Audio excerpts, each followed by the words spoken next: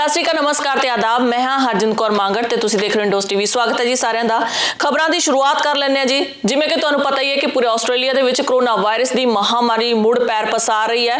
ਖਾਸ ਕਰਕੇ ਸੂਬਾ ਨਿਊ ਸਾਊਥ ਵੇਲਜ਼ ਦੇ ਵਿੱਚ ਅੱਜ ਫਿਰ ਤੋਂ 818 ਕੇਸ ਆ ਚੁੱਕੇ ਨੇ ਤੇ ਜੇਕਰ ਵਿਕਟੋਰੀਆ ਦੀ ਗੱਲ ਕੀਤੀ ਜਾਵੇ, ਰਾਤ ਦਾ ਕਰਫਿਊ ਉੱਥੇ ਵੀ ਜਾਰੀ ਹੈ। ਜ਼ਿਆਦਾ ਜਾਣਕਾਰੀ ਲਈ ਸਾਡੇ ਨਾਲ ਜੁੜ ਚੁੱਕੇ ਨੇ ਨਿਊ ਸਾਊਥ ਵੇਲਜ਼ ਜੋ ਕਿ ਸਿਡਨੀ ਦੇ ਵਿੱਚ ਰਹਿੰਦੇ ਨੇ ਜੀ, ਅਮਰਜੀਤ ਨੈਗੀ ਜੀ, ਤੇ ਸਾਡੇ ਨਾਲ ਗੱਲਬਾਤ ਕਰਨ ਲਈ ਮੌਜੂਦ ਨੇ।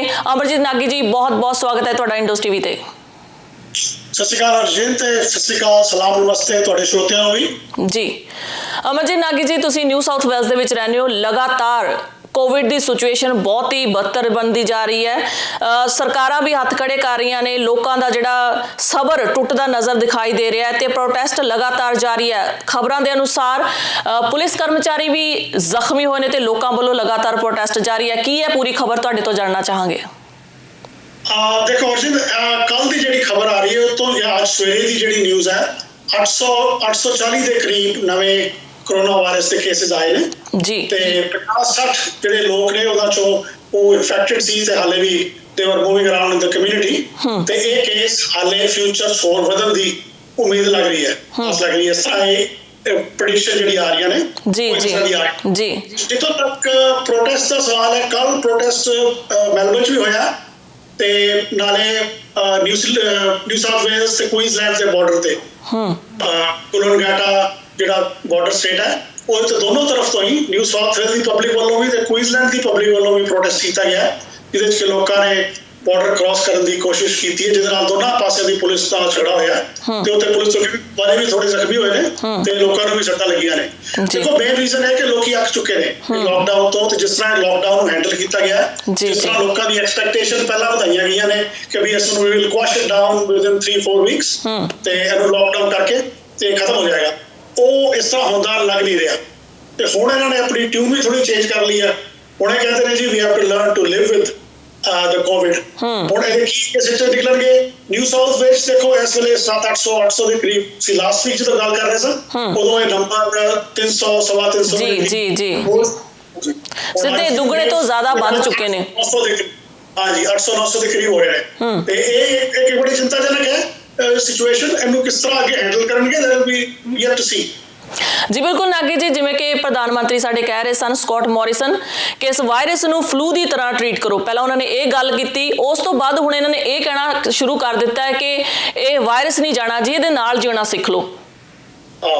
ਨਹੀਂ, ਇਹਨਾਂ ਦੀ ਪੋਜੀਸ਼ਨ ਇਹਨਾਂ ਨੇ ਚੇਂਜ ਕੀਤੀ ਹੈ। ਇੱਕ ਹਫ਼ਤੇ ਦੇ ਅੰਦਰ ਹੀ ਇਹਨਾਂ ਨੂੰ ਸਮਝ ਲੱਗ ਗਈ ਹੈ ਕਿ ਇਹ ਹੁਣ ਕੰਟਰੋਲ ਤੋਂ ਬਾਹਰ ਹੋ ਚੁੱਕੀ ਹੈ। ਇਹਨਾਂ ਦੀ ਆਪਣੀਆਂ ਹੀ ਜਿਸ ਤਰ੍ਹਾਂ ਤਰੀਕੇ ਨਾਲ ਇਹਨਾਂ ਨੇ ਸਾਰਾ ਹੈਂਡਲ ਕੀਤਾ ਉਹਦੇ ਕਰਕੇ ਇਹ ਸਾਰੀ ਸਿਚੁਏਸ਼ਨ ਇਸ ਤਰ੍ਹਾਂ ਹਫ਼ਤੇ ਦੇ ਅੰਦਰ ਹੀ ਆਪਣੀ ਪੋਜੀਸ਼ਨ ਚੇਂਜ ਕਰਨੀ ਪਈ ਹੈ। ਤੇ ਹੁਣ ਇਹਨਾਂ ਦਾ ਕਹਿਣਾ ਇਹ ਹੈ ਕਿ we have to learn to live with it. ਤੇ ਜਦੋਂ 70 ਤੋਂ 80% ਡਬਲ ਡੋਜ਼ ਵੈਕਸੀਨੇਸ਼ਨ ਹੋ ਜਾਏਗੀ ਉਸ ਤੋਂ ਬਾਅਦ ਅਸੀਂ ਨਿਊ ਸਾਊਥ ਵੇਲਜ਼ ਤੇ ਘੱਟ ਤੋਂ ਘੱਟ ਇੰਟਰਨਲੀ ਖੋਲ ਦਿਆਂਗੇ ਜੀ, ਉਸ ਰੈਸਟ੍ਰਿਕਸ਼ਨ ਨੂੰ ਈਜ਼ ਕਰ ਦਿਆਂਗੇ। ਤੇ ਇਹ ਹੁਣ ਦੇਖਣਾ ਹੈ ਕਿ ਜਿਹੜੀ ਦੂਸਰੀ ਸਟੇਟਸ ਨੇ ਉਹ ਇਹਨੂੰ ਕਿਸ ਤਰ੍ਹਾਂ ਰਿਸਪੌਂਡ ਕਰਦੀਆਂ, ਕਿਉਂਕਿ ਜਿਹੜਾ ਦੂਸਰੀ ਕੰਟਰੀਜ਼ ਦਾ ਤਜਰਬਾ ਹੈ ਜਿੱਥੇ ਕਿ ਸਿਮਿਲਰ ਪੋਪੂਲੇਸ਼ਨ ਹੈ ਤੇ ਸਿਮਿਲਰ ਲੈਵਲ ਆਫ ਵੈਕਸੀਨ ਹੋ ਚੁੱਕੀ ਹੈ। ਸਭ ਤੋਂ ਜਿਹੜਾ ਇੰਪੋਰਟੈਂਟ ਜਿਹੜਾ ਮੋਸਟ ਰਿਲੇਵੈਂਟ ਜਿਹੜਾ ਬਣਦਾ ਸਾਡੇ ਵਾਸਤੇ ਉਹ ਹੈ ਇਜ਼ਰਾਈਲ ਦੀ ਪੋਪੂਲੇਸ਼ਨ ਵੀ 8-9 ਮਿਲੀਅਨ ਹੈ, ਜਿਹੜੀ ਕਿ ਨਿਊ ਸਾਊਥ ਵੇਲਜ਼ ਦੀ ਪੋਪੂਲੇਸ਼ਨ ਦੇ ਨਾਲ ਕੰਪੇਅਰੇਬਲ ਹੈ ਜੀ। ਤੇ ਉੱਥੇ ਉਹਨਾਂ ਨੂੰ 65-70% ਵੈਕਸੀਨੇਸ਼ਨ ਤੋਂ ਬਾਅਦ ਵੀ ਉਹਨਾਂ ਦੇ 1,500 ਨਵੇਂ ਕੇਸਿਸ ਆਈ ਜਾਂਦੇ ਨੇ, ਰੋਜ਼ ਹੀ ਆਉਂਦੇ ਨੇ। ਹਾਂਜੀ ਸਿਚੁਏਸ਼ਨ ਨਿਊ ਸਾਊਥ ਵੇਲਜ਼ ਵੀ ਹੋ ਜਾਂਦੀ ਹੈ ਤੇ ਫਿਰ ਜਿਹੜੇ ਵੈਸਟਰਨ ਆਸਟ੍ਰੇਲੀਆ ਹੈ, ਸਾਊਥ ਆਸਟ੍ਰੇਲੀਆ ਹੈ, ਕੁਈਨਜ਼ਲੈਂਡ ਹੈ, ਇਹ ਆਪਣੇ ਬਾਰਡਰ ਖੋਲ੍ਹਣਾ ਐਕਸੈਪਟ ਕਰ ਲੈਣਗੇ ਜੀ, ਜਦੋਂ ਕਿ ਹਾਲੇ ਵੀ 1000 ਦੇ 1200 ਦੇ ਕਰੀਬ ਉਸ ਨਵੇਂ ਕੇਸਿਸ ਆ ਰਹੇ ਹੋਣ। ਇਹ ਜਿਹੜਾ ਹੈ ਇਹਨਾਂ ਨੂੰ ਇੱਕ ਨੈਸ਼ਨਲ ਪਾਲਿਸੀ ਕੁਛ ਬਣਾਉਣੀ ਪੈਣੀ ਹੈ ਕਿ ਕੰਸਿਸਟੈਂਟ ਅਪਰੋਚ ਸਾਰੀ ਸਟੇਟਾਂ ਦੀ ਹੋਏ, ਤਾਂ ਹੀ ਇਹ ਇੰਟਰਨਲ ਬਾਰਡਰ ਪਹਿਲਾਂ ਖੁੱਲਣਗੇ ਤੇ ਉਸ ਤੋਂ ਬਾਅਦ ਹੀ ਅਸੀਂ ਇੰਟਰਨੈਸ਼ਨਲ ਬਾਰਡਰ ਦੀ ਗੱਲ ਕਰ ਸਕਦੇ ਹਾਂ। ਪਹਿਲਾਂ ਇੰਟਰਨਲ ਤਰ੍ਹਾਂ ਖੋਲ ਕੇ, ਤੇ ਇਹਨਾਂ ਵਾਸਤੇ ਅਗਲਾ ਮੁੱਦਾ ਜਿਹੜਾ ਉਹੀ ਹੈ ਕਿ ਟੂ ਡਿਵੈਲਪ ਐਨ ਇੰਟਰਨਲ ਪਹਿਲਾਂ ਕੰਸੈਂਸਸ ਜੀ ਬਣਾਈ ਜਾਵੇ ਕਿ ਜਦੋਂ ਨਿਊ ਸਾਊਥ ਵੇਲਜ਼ ਨੇ ਖੁੱਲ ਜਾਣਾ 70-80% ਤੱਕ ਵੈਕਸੀਨੇਸ਼ਨ ਤੋਂ ਬਾਅਦ, ਉਸ ਤਰ੍ਹਾਂ ਬਾਕੀ ਸਟੇਟਾਂ ਨੇ ਕਿਵੇਂ ਐਕਸੈਪਟ ਕਰਨਗੇ। ਜੀ ਨਾਗੀ ਸਾਹਿਬ, ਬੜੀ ਇੱਕ ਸਵਾਲ ਜਿਹੜਾ ਪਬਲਿਕ ਤੋਂ ਨਿਕਲ ਕੇ ਆ ਰਿਹਾ ਹੈ ਕਿ ਫਾਈਜ਼ਰ ਆ ਚੁੱਕੀ ਹੈ ਆਸਟ੍ਰੇਲੀਆ ਦੇ ਵਿੱਚ, ਖਾਸ ਕਰਕੇ ਯੰਗ ਲੋਕਾਂ ਨੂੰ ਦਿੱਤੀ ਜਾ ਰਹੀ ਹੈ, ਪਰ ਸਵਾਲ ਇਹ ਕੁੜੀਆਂ ਦੇ ਵਿੱਚ ਵੀ ਤੇ ਮੁੰਡਿਆਂ ਦੇ ਵਿੱਚ ਵੀ ਇੱਕ ਰਿਊਮਰ ਕਹਿ ਲਓ, ਕਿਉਂਕਿ ਅਜੇ ਤੱਕ ਇਹਦੇ ਫੈਕਟਸ ਤਾਂ ਆਏ ਨਹੀਂ ਆ, ਕਿਹਾ ਜਾ ਰਿਹਾ ਹੈ ਕਿ ਫਾਈਜ਼ਰ ਲਾਉਣ ਦੇ ਨਾਲ ਪ੍ਰਜਨਨ ਸ਼ਕਤੀ ਜਿਹੜੀ ਹੈਗੀ ਆ ਉਹ ਘਟ ਜਾਂਦੀ ਹੈ ਤੇ ਆਉਣ ਵਾਲੀਆਂ ਜਿਹੜੀਆਂ ਨਸਲਾਂ ਨੇ ਉਹਨਾਂ ਦੇ ਵਿੱਚ ਕੋਈ ਨਾ ਕੋਈ ਪ੍ਰੋਬਲਮ ਆਏਗੀ। ਸੋ ਕਾਫੀ ਜ਼ਿਆਦਾ ਲੋਕਾਂ ਦੇ ਵਿੱਚ ਇਹ ਰਿਊਮਰ ਬਣੀ ਹੋਈ ਹੈ ਤੇ ਲੋਕੀ ਸ਼ੋਅ ਅਪ ਨਹੀਂ ਕਰ ਰਹੇ ਆ ਇਹ ਦਵਾਈ ਨੂੰ ਲੈਣ ਲਈ, ਇਸ ਵੈਕਸੀਨ ਨੂੰ ਲੈਣ ਲਈ। ਹਾਂਜੀ, ਦੇਖੋ ਜੀ रूमर ਜਿਹੜੀ ਹੈ ਸੋਸ਼ਲ ਮੀਡੀਆ ਦੇ ਥਰੂ ਫੈਲਾਈ ਗਈ ਹੈ। ਜਿੱਥੋਂ ਤੱਕ ਮੇਰੀ ਸਮਝ ਹੈ ਜਾਂ ਮੇਰੀ ਜਾਣਕਾਰੀ ਹੈ, ਇਹਦਾ ਕੋਈ ਸਾਇੰਟੀਫਿਕ ਬੇਸਿਸ ਨਹੀਂ ਹੈ। ਲੇਕਿਨ ਨੈਚੁਰਲੀ ਇਹ ਹੈਗਾ ਹੈ ਕਿਸੇ ਵੀ ਪੋਪੂਲੇਸ਼ਨ 'ਚ 70% ਲੋਕ ਜਿਹੜੇ ਹੁੰਦੇ ਨੇ ਉਹ ਦੇ ਐਕਸੈਪਟ ਵੈਕਸੀਨੇਸ਼ਨ ਤੇ 25 ਤੋਂ 30% ਲੋਕ ਨੇ ਜਿਹੜੇ ਉਹ ਵੈਕਸੀਨੇਸ਼ਨ ਨੂੰ ਦੇ ਆਰ ਸਕੈਪਟੀਕਲ, ਦੇ just don't want any vaccination. ਅਸੀਂ ਉਹ ਤਾਂ ਨਾਰਮਲ ਪੋਲੀਓ ਦੀ ਵੈਕਸੀਨੇਸ਼ਨ ਨਹੀਂ ਲੈਂਦੇ ਤੇ ਸ਼ਾਇਦ ਉਹਨਾਂ ਵੱਲੋਂ ਇਹ ਖਬਰ ਫੈਲਾਈ ਜਾ ਰਹੀ ਹੈ। ਇਹਦਾ ਕੋਈ ਸਾਇੰਟੀਫਿਕ ਬੇਸਿਸ ਹਾਲੇ ਤੱਕ ਤੇ ਸਾਹਮਣੇ ਆਇਆ ਨਹੀਂ, ਲੇਕਿਨ ਹਾਂ ਇਹ ਖਬਰ ਹੈ ਕਿ ਜਿਹੜੀ ਰਿਪਰੋਡਕਟਿਵ ਕੈਪੈਸਿਟੀ ਹੈ ਇਹ ਯੰਗ ਬੱਚਿਆਂ ਨੂੰ ਦਿੱਤੀ ਜਾਏ ਤੇ ਇਹਨਾਂ ਨੂੰ ਅਫੈਕਟ ਕਰੇਗੀ। ਇਹ ਰੂਮਰ ਹੀ ਹੈ, ਹਾਲੇ ਤੱਕ ਇਹਦਾ ਕੋਈ ਸਾਇੰਟੀਫਿਕ ਐਵੀਡੈਂਸ ਸਾਹਮਣੇ ਨਹੀਂ ਆਇਆ ਜੀ। ਖਾਸ ਕਰਕੇ ਹੁਣ ਜਿਹੜੀ ਗੱਲ ਹੈ ਫਾਈਜ਼ਰ ਨੂੰ ਲੈਣ ਲਈ ਲੋਕਾਂ 'ਚ ਇਹ ਵੀ ਸਵਾਲ ਨੇ, ਕਿਉਂਕਿ ਸਰਕਾਰ ਵੱਲੋਂ ਕਿਹਾ ਜਾ ਰਿਹਾ ਹੈ ਕਿ 2 ਡੋਜ਼ਸ, ਚਾਹੇ ਉਹ ਐਸਟਰਾਜੈਨਕਾ ਹੈ, ਫਾਈਜ਼ਰ ਹੈ ਜਾਂ ਮਾਡਰਨ ਹੈ, ਇਹਨਾਂ ਦੀਆਂ 2 ਡੋਜ਼ਸ ਜਿਹੜੀਆਂ ਹੈਗੀਆਂ ਨਿਸ਼ਚਿਤ ਕੀਤੀਆਂ ਜਾਣ ਲੈਣੀਆਂ। ਉਸ ਤੋਂ ਬਾਅਦ ਲੋਕਾਂ ਦਾ ਇਹ ਕਹਿਣਾ ਹੈ ਕਿ ਜਿਨ੍ਹਾਂ ਨੇ 2 ਡੋਜ਼ਸ ਲੈ ਰਹੀਆਂ ਉਹਨਾਂ ਨੂੰ ਮੁੜ ਕੇ ਕਰੋਨਾ ਫਿਰ ਹੋ ਜਾਂਦਾ। ਸੋ ਫਿਰ ਇਹਨਾਂ ਦਾ ਦਵਾਈਆਂ ਦਾ ਲੈਣ ਦਾ ਕੀ ਅਸਰ ਹੈ ਜਾਂ ਇਹਨਾਂ ਨੂੰ ਕਿਉਂ ਲਿੱਤਾ ਜਾਵੇ, ਕਿਉਂਕਿ ਜਿਹੜਾ ਇਨਸਾਨ ਚੰਗਾ ਭਲਾ ਜਿਹਨੂੰ ਇੱਕ ਤਰ੍ਹਾਂ ਦੀ ਵੀ ਕੋਈ ਬਿਮਾਰੀ ਨਹੀਂ ਹੈ, ਕੀ ਇਹ ਟੀਕਾ ਲੈ ਕੇ ਉਹ ਬਿਮਾਰੀਆਂ ਨਹੀਂ ਸੇੜ ਰਿਹਾ? ਦੇਖੋ ਜੀ, ਇਸ ਤਰ੍ਹਾਂ ਹੈ ਕਿ ਜਿਹੜੀ ਇਹ ਵੈਕਸੀਨਸ ਨੇ ਜਿਹੜੀਆਂ ਇਹ ਕੋਈ ਸਿਲਵਰ ਬੁਲੇਟ ਕਹਿੰਦੇ ਨੇ ਜਿਹਨੂੰ, it's not a silver bullet. ਇਹ ਕੋਈ 100% ਸ਼ੋਰਿਟੀ ਨਹੀਂ ਹੈ ਕਿ ਤੁਹਾਨੂੰ ਕੋਵਿਡ ਨਹੀਂ ਹੋਏਗਾ। ਲੇਕਿਨ what these vaccines do is ਕਿ ਤੁਹਾਡੇ chances of ending up in the hospital or chances of dying they are reduced dramatically, ਉਹ ਬਹੁਤ ਘੱਟ ਹੋ ਜਾਂਦੇ ਨੇ। ਹੁਣ ਮੰਨ ਲਓ 8-9 ਮੇਰੀ ਦੀ ਪੋਪੂਲੇਸ਼ਨ ਹੈ ਆਸਟ੍ਰੇਲੀਆ ਦੀ, ਅਗਰ ਉੱਥੇ ਵੈਕਸੀਨ ਲੱਗੀ ਹੋਏ ਤੇ ਹਸਪੀਟਲਾਈਜੇਸ਼ਨ ਰੇਟ ਜਿਹੜਾ ਤੁਹਾਨੂੰ ਜਿਹੜੇ ਉਹਦੇ ਸਿੰਪਟਮਸ ਆ ਗਏ ਇੰਨੇ ਘੱਟ ਹੋਣਗੇ ਕਿ ਤੁਹਾਨੂੰ ਹਸਪੀਟਲ ਜਾਣ ਦੀ ਲੋੜ ਨਹੀਂ ਪਏਗੀ ਜੀ। ਇਸ ਤਰ੍ਹਾਂ ਹੀ ਜਿਹੜੀ ਡੈਥ ਦਾ ਚਾਂਸ ਹੈ ਉਹ ਵੀ ਬਹੁਤ ਘੱਟ ਜਾਂਦਾ ਹੈ। ਇਹ ਸਟੈਟਿਸਟਿਕਲੀ ਹਾਲੇ ਤੱਕ ਪ੍ਰੂਵ ਹੋ ਚੁੱਕਾ ਹੈ।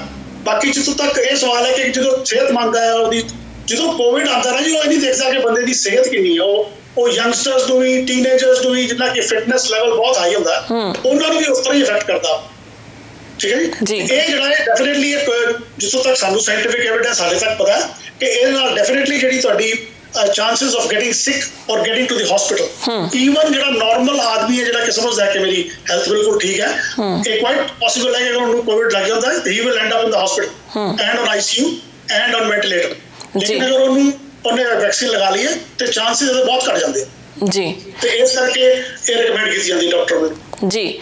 ਤਕਰੀਬਨ ਕੋਵਿਡ ਨੂੰ ਜੀ ਆਏ ਨੂੰ 2 ਸਾਲ ਹੋਣ ਵਾਲੇ ਹੋ ਗਏ ਨੇ। ਆਸਟ੍ਰੇਲੀਆ ਦੇ ਵਿੱਚ ਇੱਕ ਵਾਰ ਤਾਂ ਬਿਲਕੁਲ ਇਸ ਦਾ ਸਫਾਇਆ ਹੋ ਗਿਆ ਸੀ, ਕੇਸਸ ਬਿਲਕੁਲ ਵੀ ਨਹੀਂ ਆ ਰਹੇ ਸਨ, ਜਿਹਦੇ ਕਰਕੇ ਕਾਫੀ ਖੁਸ਼ੀ ਸੀ ਆਸਟ੍ਰੇਲੀਆ ਵਾਸੀਆਂ ਦੇ ਵਿੱਚ। ਖਾਸ ਕਰਕੇ ਗਵਰਨਮੈਂਟ ਵੱਲੋਂ ਇਹ ਕਿਹਾ ਜਾ ਰਿਹਾ ਸੀ ਕਿ ਅਸੀਂ ਇੱਕ ਤਰ੍ਹਾਂ ਨਾਲ ਕਾਬੂ ਪਾਇਆ ਹੈ, ਬਾਰਡਰ ਬੰਦ ਕੀਤੇ, ਇੰਟਰਨੈਸ਼ਨਲ ਬਾਰਡਰ ਬੰਦ ਕੀਤੇ। ਹੁਣ ਤਾਂ ਸਾਰਾ ਕੁਝ ਬੰਦ ਕੀਤਾ ਹੋਇਆ। ਸੋ ਫਿਰ ਇਹ ਕੇਸਸ ਕਿਵੇਂ ਆ ਰਹੇ ਨੇ, ਸਰਕਾਰ ਨੂੰ ਬਹੁਤ ਜ਼ਿਆਦਾ ਸਮਝਣ ਦੀ ਲੋੜ ਹੈ, ਕਿਉਂਕਿ ਲੋਕੀ ਜਿਹੜੇ ਫਸ ਚੁੱਕੇ ਨੇ, ਖਾਸ ਕਰਕੇ ਜਿਹੜੇ ਸਟੂਡੈਂਟ ਨੇ ਜਾਂ ਹੋਰ ਕਿਸੇ ਪਰਮਾਨੈਂਟ ਵੀਜ਼ੇ ਦੇ ਉੱਤੇ, ਈਵਨ ਜਿਹੜੇ ਸਿਟੀਜ਼ਨ ਹੈਗੇ ਨੇ ਉਹਨਾਂ ਲਈ ਬਹੁਤ ਜ਼ਿਆਦਾ ਮੁਸ਼ਕਿਲ ਕੀਤੀ ਹੋਈ ਹੈ। ਕਈ ਲੋਕਾਂ ਦੀਆਂ ਕਹਾਣੀਆਂ ਇੱਦਾਂ ਦੀਆਂ ਕਿ ਜੀ ਅਸੀਂ ਆਪਣੇ ਬੱਚਾ ਜਦੋਂ ਪੈਦਾ ਹੋਇਆ ਸੀ, ਉਹ ਕਈ ਆਸਟ੍ਰੇਲੀਆ ਰਹਿ ਗਏ ਨੇ ਜਾਂ ਇੰਡੀਆ ਰਹਿ ਗਏ ਨੇ, ਉਹ 2-2 ਸਾਲ ਦੇ ਬੱਚੇ ਹੋ ਚੁੱਕੇ ਨੇ ਤੇ ਪੈਰੈਂਟਸ ਉਹਨਾਂ ਬੱਚਿਆਂ ਨੂੰ ਨਹੀਂ ਮਿਲ ਪਾ ਰਹੇ ਹੈਗੇ ਜੀ। ਸੋ ਇਹ ਕਿਤੇ ਨਾ ਕਿਤੇ ਇੰਨਾ ਜ਼ਿਆਦਾ ਸਟ੍ਰੈਸ ਲੈਵਲ ਹੋ ਚੁੱਕਿਆ, ਲੋਕ ਹਰ ਰੋਜ਼ ਉਸ ਸਟ੍ਰੈਸ ਦੇ ਵਿੱਚੋਂ ਨਿਕਲ ਰਹੇ ਨੇ। ਸੋ ਸਰਕਾਰ ਨੂੰ, ਤੁਹਾਨੂੰ ਕੀ ਲੱਗਦਾ ਵੀ ਇਸ ਬਾਰੇ ਨਹੀਂ ਸੋਚਣਾ ਚਾਹੀਦਾ ਕਿ ਇਹ ਚੀਜ਼ਾਂ, ਕਿਉਂਕਿ ਉਹਨਾਂ ਦੇ ਰੋਕਣ ਨਾਲ ਨਹੀਂ ਰੁਕਿਆ। ਜੇ ਆਪਾਂ ਸੋਚੀਏ ਕਿ ਬਾਰਡਰ ਬੰਦ ਕੀਤੇ ਸੀਗੇ, ਉਸ ਤੋਂ ਬਾਅਦ ਇਹ ਸਾਰੀਆਂ ਚੀਜ਼ਾਂ ਰੁਕ ਗਈਆਂ। ਹੁਣ ਤੇ ਸਕਾਟ ਮੋਰਿਸਨ ਸਰਕਾਰ ਨੇ ਹਰ ਇੱਕ ਚੀਜ਼ ਉੱਤੇ ਕਾਬੂ ਪਾਇਆ ਹੋਇਆ ਸੀ, ਫਿਰ ਇੱਕਦਮ ਫੇਰ ਤੋਂ ਇਹ ਕੇਸਸ ਆਏ ਨੇ। ਸੋ ਮੇਰੇ ਖਿਆਲ ਦੇ ਵਿੱਚ ਜਿਹੜੇ ਲੋਕ ਇਸ ਸਮੇਂ ਦੁੱਖ ਦੀ ਘੜੀ ਦੇ ਵਿੱਚ ਟਰੋਮਾ ਹੰਢਾ ਰਹੇ ਨੇ ਆਪਣੇ ਸਰੀਰ ਦੇ ਉੱਤੇ, ਕਿਉਂਕਿ ਇਹ ਜਿਹੜਾ ਰਿਸ਼ਤਿਆਂ ਦੇ ਵਿੱਚ ਫਰਕ ਪੈ ਜਾਣਾ, ਦੂਰੀਆਂ ਪੈ ਜਾਣੀਆਂ, ਉਹਨਾਂ ਦਾ ਬਹੁਤ ਵੱਡਾ ਅਸਰ ਹੁੰਦਾ ਜੀ। ਪੂਰੀ ਜ਼ਿੰਦਗੀ ਭਰ ਦੇ ਵਿੱਚ ਬੰਦਾ ਇੱਕ ਦਿਨ ਦਾ ਬੱਚਾ ਪੈਦਾ ਹੋਇਆ 2 ਸਾਲਾਂ ਬਾਅਦ ਜੰਮ ਕੇ 2 ਸਾਲ ਦਾ ਹੋ ਜਾਂਦਾ। ਸੋ ਉਹ ਜਿਹੜੀ ਦੂਰੀ ਜੀ ਬਹੁਤ ਔਖੀ ਹੈ ਬੱਚਿਆਂ ਤੋਂ ਬਿਨਾਂ ਰਹਿਣਾ। ਬਿਲਕੁਲ ਸਹੀ ਗੱਲ ਕਰ ਰਹੇ ਜੀ ਤੁਸੀਂ। ਇਹਨਾਂ ਤੇ ਜਿਹੜੇ ਲੋਕਡਾਊਨ ਹੈ ਜਨਰਲ, ਇਹਨਾਂ ਜਿਹੜਾ ਮੈਂਟਲ ਸਟ੍ਰੈਸ ਦੇ ਇਸ਼ੂਜ਼ ਬਣ ਰਹੇ ਨੇ, ਹੈਲਥ ਦੇ ਮੈਂਟਲ ਹੈਲਥ ਦੇ ਜਿਹੜੇ ਇਸ਼ੂ ਬਣ ਰਹੇ ਨੇ, ਉਹਦੇ ਤੇ ਵੀ ਗਵਰਨਮੈਂਟ ਨੂੰ ਧਿਆਨ ਦੇਣਾ ਚਾਹੀਦਾ। ਖਾਲੀ ਲੋਕਡਾਊਨ ਨਾਲ ਹੀ ਜਿੰਨਾ ਨੁਕਸਾਨ ਰੋਕਣ ਦੀ ਕਹਿ ਰਹੇ ਨੇ ਵੀ ਸਾਡਾ ਰੁਕ ਜਾਏਗਾ, ਕੋਵਿਡ ਨਹੀਂ ਹੋਏਗਾ, ਉਹ ਤੋਂ ਬਹੁਤ ਜ਼ਿਆਦਾ ਨੁਕਸਾਨ ਲੋਕਾਂ ਦਾ ਜਿਹੜਾ ਲਾਸ ਆਫ ਮੈਂਟਲ ਹੈਲਥ ਹੈ ਉਹਦੇ ਨਾਲ ਵੀ ਹੁੰਦਾ।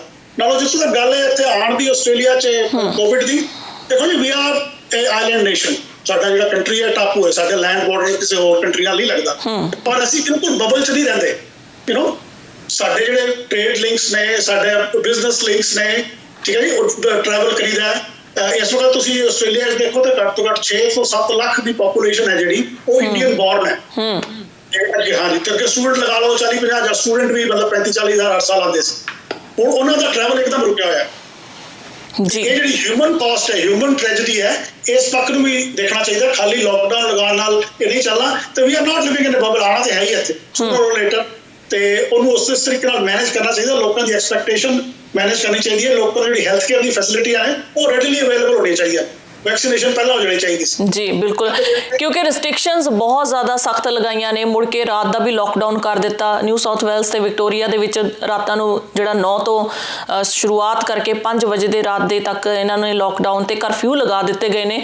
ਉਹਦੇ ਕਰਕੇ ਜੀ ਲੋਕਾਂ ਦੇ ਵਿੱਚ ਬਹੁਤ ਜ਼ਿਆਦਾ ਮੈਂਟਲ ਲੈਵਲ ਜਿਹੜਾ ਹੈਗਾ ਉਹ ਸਟ੍ਰੈਸਫੁਲ ਹੋ ਚੁੱਕੇ ਨੇ। ਪ੍ਰੋਟੈਸਟ ਹੋ ਰਿਹਾ। ਕੱਲ 7 ਜਿਹੜੇ ਪੁਲਿਸ ਆਫੀਸਰ ਸਨ ਉਹ ਵੀ ਜ਼ਖਮੀ ਹੋਏ। ਲੋਕਾਂ ਨੇ ਪ੍ਰੋਟੈਸਟ ਕੀਤਾ। ਕਈਆਂ ਦੇ ਉੱਤੇ ਇਹ ਕੋਵਿਡ ਨਿਯਮ ਤੋੜਨ ਦੇ ਚਾਰਜਸ ਵੀ ਲਗਾਏ, ਫਾਈਨ ਵੀ ਕੀਤਾ ਗਿਆ। ਪਰ ਲੋਕ ਅੱਕ ਚੁੱਕੇ ਨੇ ਜੀ ਹੁਣ ਇਸ ਸਮੇਂ, ਕਿਉਂਕਿ ਪ੍ਰੋਟੈਸਟ ਉਹਨਾਂ ਦਾ ਦੱਸ ਰਿਹਾ। ਤੁਹਾਨੂੰ ਤੁਹਾਡੀ ਜਿਹੜੀ ਪ੍ਰੀਮੀਅਰ ਹੈਗੀ ਗਲੈਡਸ ਬੈਲਜਿਕਲੀ, ਇਹਨਾਂ ਨੇ ਸਵੇਰੇ ਜਦੋਂ ਮੀਡੀਆ ਕਾਨਫਰੰਸ ਕਰ ਰਹੇ ਸਨ ਤਾਂ ਇਹਨਾਂ ਨੇ ਇੱਕ ਗੱਲ ਕਹੀ ਕਿ ਰਿਸਟ੍ਰਿਕਸ਼ਨ ਨੂੰ ਈਜ਼ੀ ਕੀਤਾ ਜਾਵੇਗਾ। ਕੀ ਤੁਹਾਨੂੰ ਲੱਗਦਾ ਕਿ ਉਹ ਪ੍ਰੋਟੈਸਟ ਦੇ ਕਰਕੇ ਇਹ ਸਾਰੀਆਂ ਚੀਜ਼ਾਂ ਹੁਣ ਮੰਨ ਰਹੇ ਨੇ? ਕਿਉਂਕਿ ਇਹ ਜਿੱਦਾਂ ਫਰਮਾਨ ਦਿੰਦੇ ਸੀ ਲੋਕੀ ਕਰ ਰਹੇ ਸੀ, ਪਰ ਹੁਣ ਇਸ ਸਮੇਂ ਸਿਰੋਂ ਪਾੜੀ ਲੰਘ ਚੁੱਕਿਆ ਜੀ। ਕਿੰਨਾ ਹੀ ਟਾਈਮ ਹੋ ਚੁੱਕਿਆ, ਲੋਕ ਆਪਣੇ ਘਰਾਂ ਦੇ ਵਿੱਚ ਤੜੇ ਹੋਏ ਨੇ। ਦੇਖੋ ਜੀ, ਇੱਕ ਤੇ ਇਹਦੀ ਸੋਸ਼ਲ ਕਾਸਟ ਹੈ। ਹੁਣ ਤੁਸੀਂ ਇੱਕ ਬੱਚੇ ਨੂੰ ਦੇਖੋ ਜਿਹਦੇ ਟੀਨੇਜਰ ਦੇ 2 ਸਾਲ ਲੋਸਟ ਹੋ ਜਾਂਦੇ ਨੇ। ਹਾਂ ਜੀ, ਸਕੂਲ ਹੈ 10ਵੀਂ ਤੋਂ ਲੈ ਕੇ 12ਵੀਂ ਤੱਕ ਜਿਹੜੇ ਬੱਚਿਆਂ ਦੇ ਫਾਰਮੇਟਿਵ ਈਅਰਸ ਨੇ, ਉਹਨਾਂ ਨੂੰ ਆਪਣੀ ਕੋਹੋਰਟਸ ਨਾਲ, ਆਪਣੇ ਸਕੂਲ ਦੇ ਸਟੂਡੈਂਟਸ ਨਾਲ ਮਿਲਣ ਜੁਲਣ ਦਾ ਕੋਈ ਜ਼ਰੀਆ ਨਹੀਂ ਰਹਿ ਗਿਆ। ਤੇ ਉਹਨਾਂ ਦੀ ਗਰੋਥ ਵੀ ਇਹਦੇ ਨਾਲ ਪ੍ਰਭਾਵਿਤ ਹੋਈ ਹੈ। ਇਹ ਖਾਲੀ ਇੱਕ ਤੇ ਇਹ ਇਸ਼ੂ ਹੈ। ਦੂਸਰਾ ਫਾਈਨੈਂਸ਼ੀਅਲ ਸਟ੍ਰੈਸ ਵੀ ਲੋਕਾਂ ਤੇ ਬਹੁਤ ਹੈ, ਕਿਉਂਕਿ ਇਸ ਵਕਤ ਬਿਜ਼ਨੈਸਿਸ ਬੰਦ ਹੋ ਰਹੇ ਨੇ। ਠੀਕ ਹੈ ਜੀ, ਜਿਹੜੇ ਟਰੈਵਲ ਇੰਡਸਟਰੀ ਨਾਲ ਰਿਲੇਟਡ ਨੇ, ਰੈਸਟੋਰੈਂਟੀਅਰਸ ਨੇ, ਤੁਹਾਡੇ ਟਰਾਂਸਪੋਰਟ ਸੈਕਟਰ ਨਾਲ ਰਿਲੇਟਡ ਨੇ, ਤੁਹਾਡੇ ਪ੍ਰਾਈਵੇਟ ਟੈਕਸੀਆਂ ਚਲਾਉਂਦੇ ਨੇ, ਪਲੱਸ ਉਹਨਾਂ ਦੇ ਬਿਜ਼ਨੈਸਿਸ ਬਹੁਤ ਜ਼ਿਆਦਾ ਅਫੈਕਟ ਹੋ ਰਹੇ ਨੇ। ਉਹਦੇ ਨਾਲ ਵੀ ਮੈਂਟਲ ਸਟ੍ਰੈਸ ਹੈ, ਲੋਕਾਂ ਮੈਂਟਲ ਹੈਲਥ ਦਾ ਫਰਕ ਪੈਂਦਾ।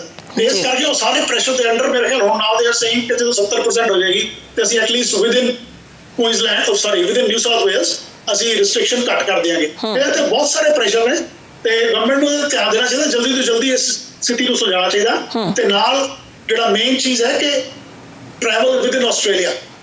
ਹੁਣ ਅਸੀਂ ਇੱਥੋਂ ब्रिस्बेन आना चाहिए या मेलबर्न जाना चाहिए या एडिलेड जाना चाहिए, वो भी ट्रैवल जल्दी तो जल्दी खुलना चाहिए जी जी। क्योंकि सारे लोग सारे आप रिश्तेदारियां साडे अद्धे रिश्तेदार ब्रिस्बेन च होंदे ने, रिश्तेदार साडे मेलबर्न च भी हैगे ने, ਅਸੀਂ ਉਹਨਾਂ ਨੂੰ ਵੀ ਮਿਲ ਪਾਏ जी। बहुत बहुत शुक्रिया अमरजीत नागी जी सारी जानकारी ਦੇ ਲਈ। ਮਿਲਦੇ ਹਾਂ ਜੀ ਅਗਲੇ ਹਫਤੇ। Thank you for the opportunity. Cheers. Thank you जी। सो दर्शकों, ਵੇਲਾ ਹੋ ਚੁੱਕਿਆ ਜੀ ਇਜਾਜ਼ਤ ਲੈਣ ਦਾ। ਨਵੇਂ ਤੇ ਤਾਜ਼ਾ ਖਬਰਾਂ ਲਈ ਦੇਖਦੇ ਰਹੋ ਇੰਡੋਜ਼ ਟੀਵੀ ਆਸਟ੍ਰੇਲੀਆ। ਧੰਨਵਾਦ।